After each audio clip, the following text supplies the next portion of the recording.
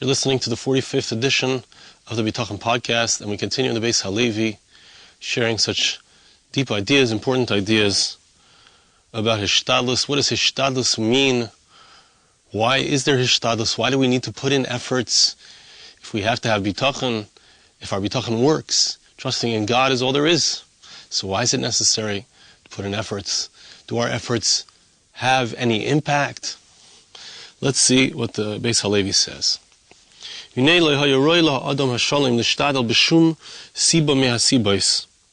truth is that a person who's an Adam HaShalim, right?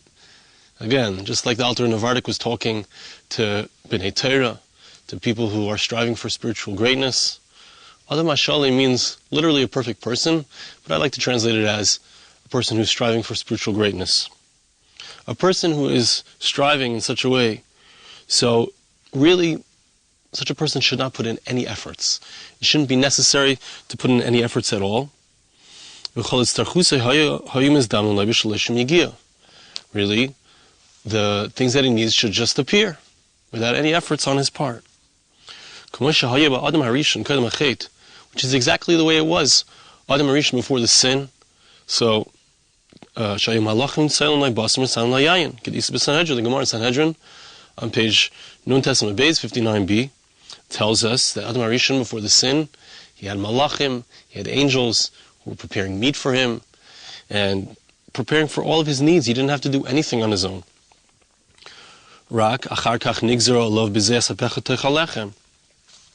Only after the sin, so it became incumbent upon him that through the sweat of his brow, or really, literally the sweat of his face, he would eat bread. But really, a person's not supposed to do any efforts. So he was punished. It was a punishment that he would have to be involved in hishtadlus, in efforts, as a result of his sin. And so we too. However, ideally, a person who's reached a very high spiritual level, which is possible through the Torah to reach a great level, so ideally a person should not have to do any hishtadlus.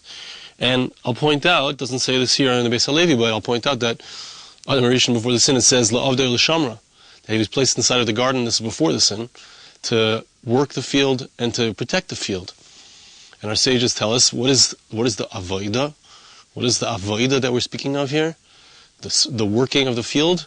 That's the word avodah, means to work, but it doesn't mean to work. The word avodah means to serve. Through his prayers, the rain was just waiting for him to pray. He would just say, God, please send the rain. And it would rain. So it didn't involve a physical manual labor. It did involve a request. It did involve a prayer, but not more than that.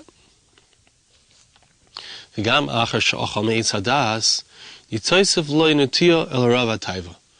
the Beis Halevi, the result of him having eaten from the Eitz Hadas, from the tree of knowledge, was that he now had a leaning towards evil and towards desire.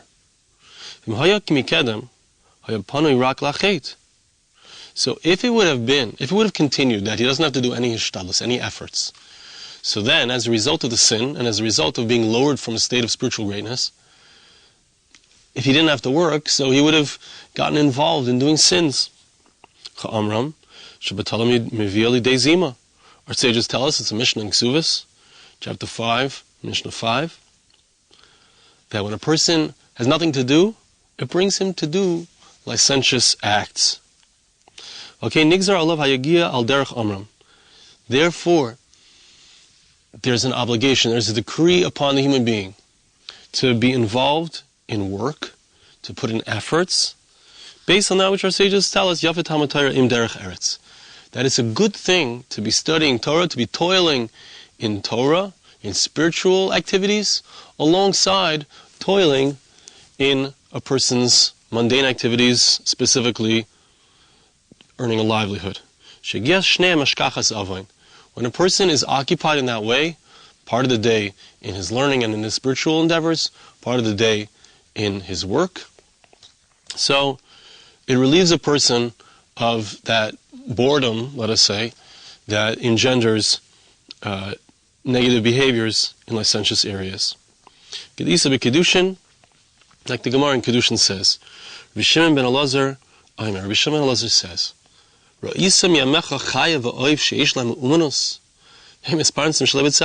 have you ever seen an animal, a bird, any of the creatures that HaKadosh Baruch Hu has created? Have you ever seen any of them involved in working in order to provide themselves with livelihood?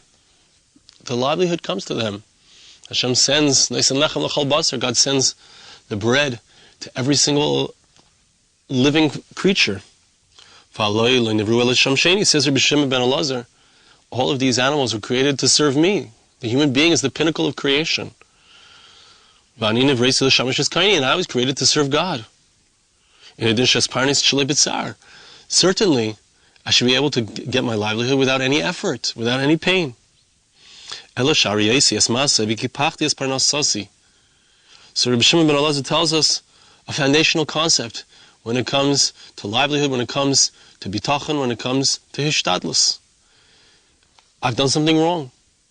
I've done an avera. I've done a sin. I've veered away from my service of God. And what's the result of veering away from my service of God? The result is that I don't get my parnasa easily. I don't get my livelihood in a natural manner. So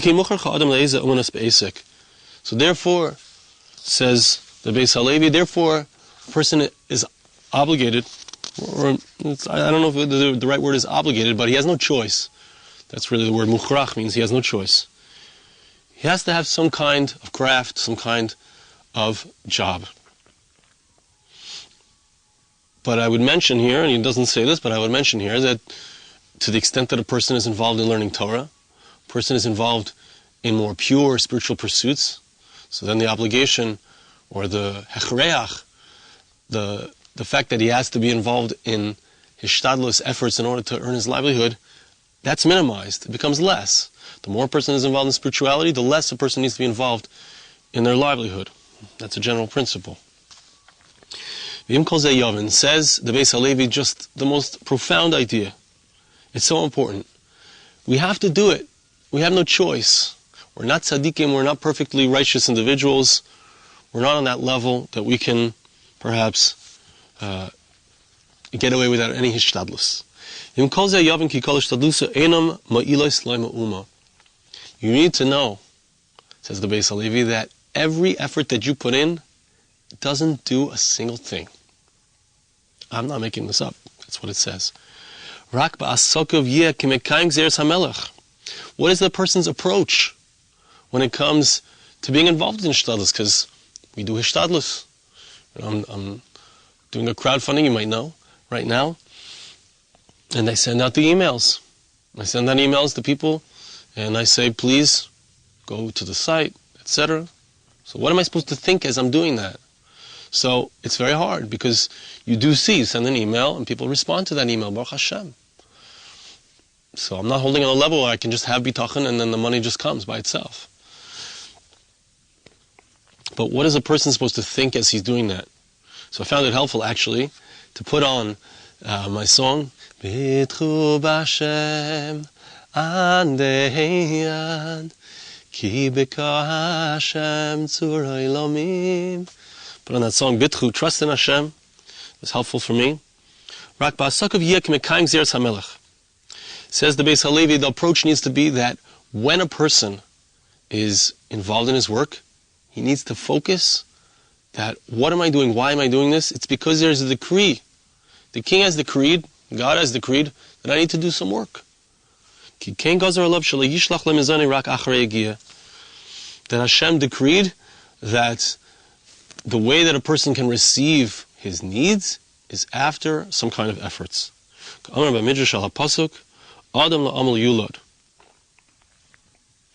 pasuk says, the Medrash tells us, explaining the pasuk in Eov, in Job chapter 5 verse 7, it says, man was created for toil. So we know Chazal tell us that it's amal peh, it's referring to the fact that we're obligated to toil in learning, in spiritual pursuits, in Torah learning. But the Medrash here says, if you don't toil, you're not going to eat. So you can toil, as we said, in learning, and in so doing, a person can be yotze, can fulfill his obligation that way. But when a person is toiling, person is involved in hishtadlus, the thought that he needs to have is, I'm doing this because it's the gzeras hamelech, it's the decree of the king that I need to put in efforts.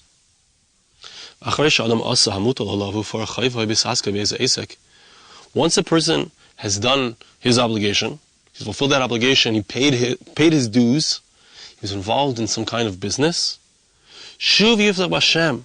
again a person needs to go back to his bitachon, back to his faith in God, that God will provide me with my parnasa. Remember Akasuf, like the verse says, roll onto Hashem your ways, your path, and trust in Him, and He will do it. God will do it for you.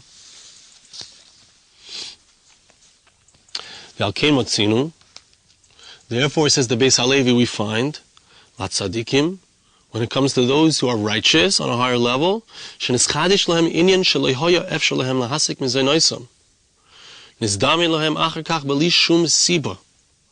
find that there are righteous people who, for whatever reason, were missing their needs. They didn't have in front of them the things that they needed.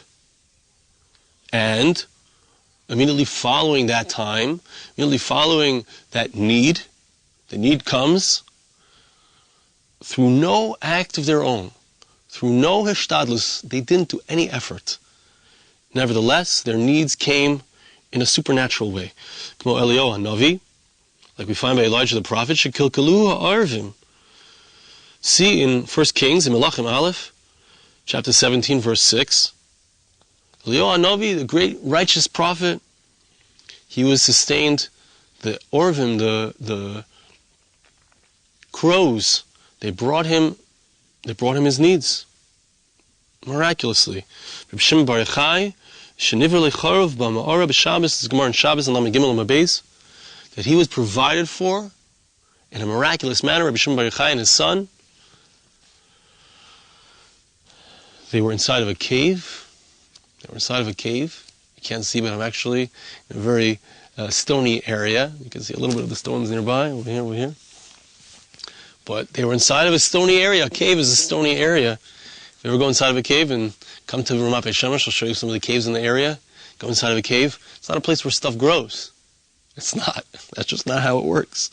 But nevertheless, Rabbi Shimon Bar Yochai was in such an area, and in a miraculous way, he received that which he was meant to receive. He received his sustenance. Therefore, says the Beis Halevi, when a person has you don't see in front of you, what is it I'm supposed to do? What efforts am I supposed to make? Where's the money going to come from? Where's the food going to come from? Says the Beis Halevi, very similar to the words of the Alter of Navardik, who also says this exact idea. Don't be upset. You see, how am I going to get the food? How am I going to get my needs? How am I going to get the parnasa? How am I going to pay my bills? How am I going to pay my mortgage? How am I going to pay my grocery bills? Let your heart not fall because of this.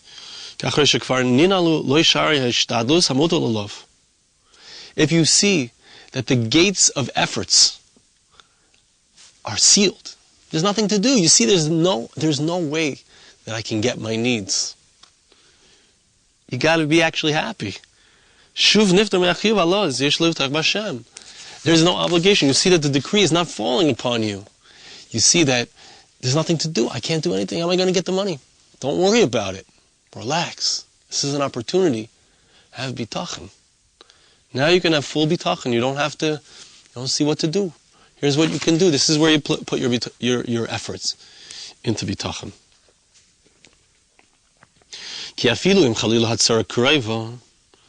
Says the Beis Halevi that even if heaven forbid, it seems like something bad is about to happen. You don't have any way. You don't know, how am I going to get out of this problem? I'm so stuck. How am I going to get out of this problem? The way of God is hidden from the way of the person. The salvation of God can come in a moment, in a snap, in a blink of an eye. So it reminds me of something. I'm listening now again to the shiurim of Rabbi Per on Bitachon. I started back at the beginning. The Bitachon group is also starting. The men's group has gone back to the beginning of the Sefer now. It's a good time to join us. Send us an email, thebitachongroup@gmail.com, or to my email, arigoldwag@gmail.com. In the beginning of the shiurim, I'm listening to the shiurim that the Sefer is based on. And my Rosh Hashiva spoke about the fact that Rabbi Per, he should be well and healthy, Shlita. He spoke about that sometimes it's easier to have bitachon when you're in a pinch, when you're in a quandary, when you're stuck and there's nowhere else to turn. He tells the story of a woman who had cancer, and she passed away a few weeks after. But my Rosh Hashiva spoke to this woman, and she sensed in her voice when she said that I have full bitachon, that Hashem is holding me and taking care of me, that Hashem is going to provide for my children. She had full faith. When a person is in a situation of challenge, when your back is against the wall, you have nowhere else to turn, it's actually easier in a certain sense to have full bitachon. There's nothing that I can do. All I can do is have faith.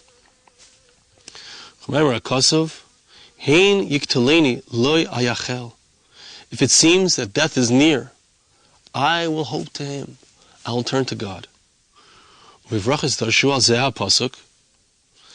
the Gemara in Brachas and Daf Yud, Chazal said the following drasha. Doesn't say the word shel adam here, but I know from the song. Afilu cherev chado munachas al tzavaro shel adam al yimna atzmoi min harachamim. Even if a sharp sword is on the neck of the person, he should not think in his mind that God can't have mercy upon me. Like the verse says in Shmuel Aleph, I believe this is in Shiras Chana, the song of Chana, God gives, he brings about the death of a person, and he brings about the person's life. He brings the person down into the Sha'ol, into the depths, and he brings him up. God also raises a person up from the deepest depths. A person should think about and remember the story of Yonah Hanavi, where he was down in the darkest depths, inside of the stomach of a massive fish. He was spit out back onto the land, sent on to do God's will, to do God's bidding. So it reminds me of a story, a true story I read, a Holocaust story, where there was people that were going to the gas chambers, and they were arguing on their way. One person, I don't know if they were both religious people, but one of them said to the other, I believe that God can save me even from the brink. God can save me even from the gas chambers. The other person said, no, it's not true, it's not possible. They were literally placed inside of the gas chambers, and the door was closed. And the man says to him, even here you believe? Yes, even here I believe. Right after he said, yeah, even here I believe, door opened. Hand came in and grabbed the guy who said, even here I believe, and pulled him out. And as he was going out, the one inside said, say Kaddish for us. It turns out that the Nazi guards had a bet who could do a difficult thing, and one of them said, I'm going to go and grab a Jew before they all die in the gas chambers. And that person's life was saved. And he said Kaddish for his friends who were not. But scary story, sad story, powerful story, but a true story. So too, if enemies have come to cause him damage, verse tells us, it's in Mishlei in Proverbs, chapter 16, verse 7, when God is happy with the ways of a person, even his enemies will be mashlim with him. They won't fight with him.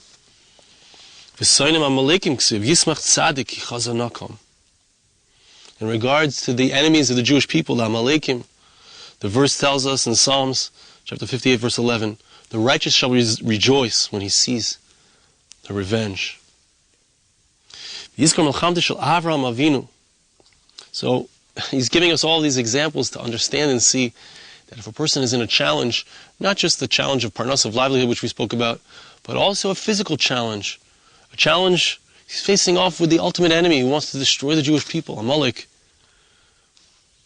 Hashem is going, ultimately we will see the revenge.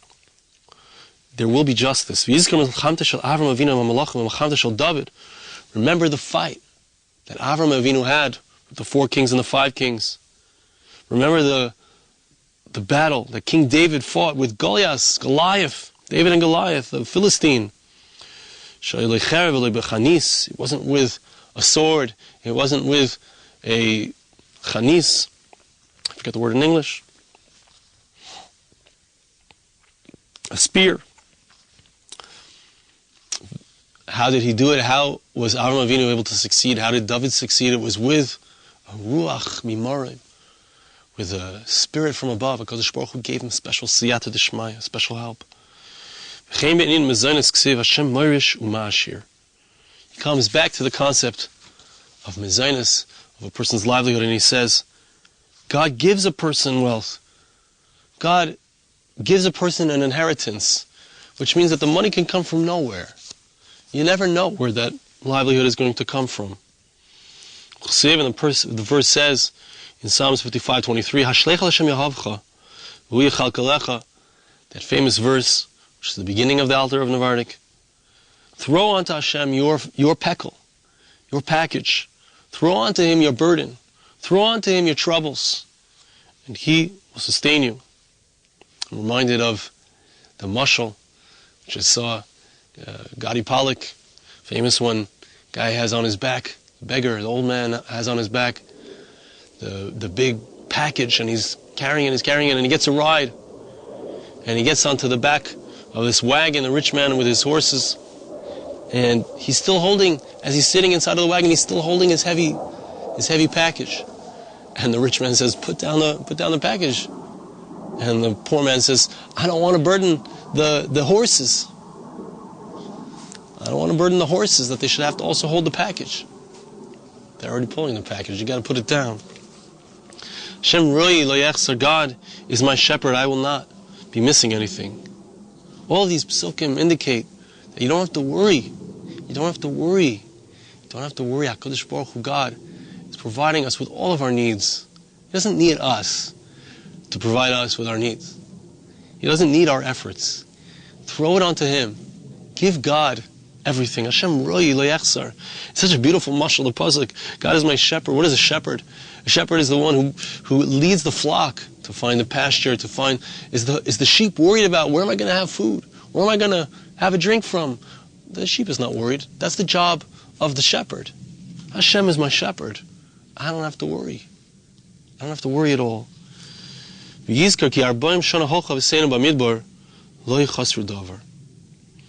to remember that for 40 years, our forefathers, the Jewish people, over 1 million strong, as they came out of Egypt, they wandered through the wilderness for 40 years. Every single thing that they needed was provided for them every single day, every single moment. It wasn't just history. It's not just past history. It's true every single day and every single moment for us too. God is constantly providing us with all of our needs. So we need not worry. So again, to wrap it up, sum up. Number one, hishtadlus, if we got to do it, it's a decree. We need to approach it that way. It doesn't come, the results are not, they're not proportionate to our efforts. That's number one. When we're doing it, we got to remember, we got to keep that in mind. It's Hashem, it's God who's doing it, it's not us. And number three, if there's nothing to do, the hardest, the toughest, the most difficult situation is in front of us, there's nothing to do. It's a sign from HaKadosh Baruch Hu that we got to just depend on Him. He is our shepherd. He's leading us. He's going to give us everything that we need. Thanks so much for listening. We'll see you again next time.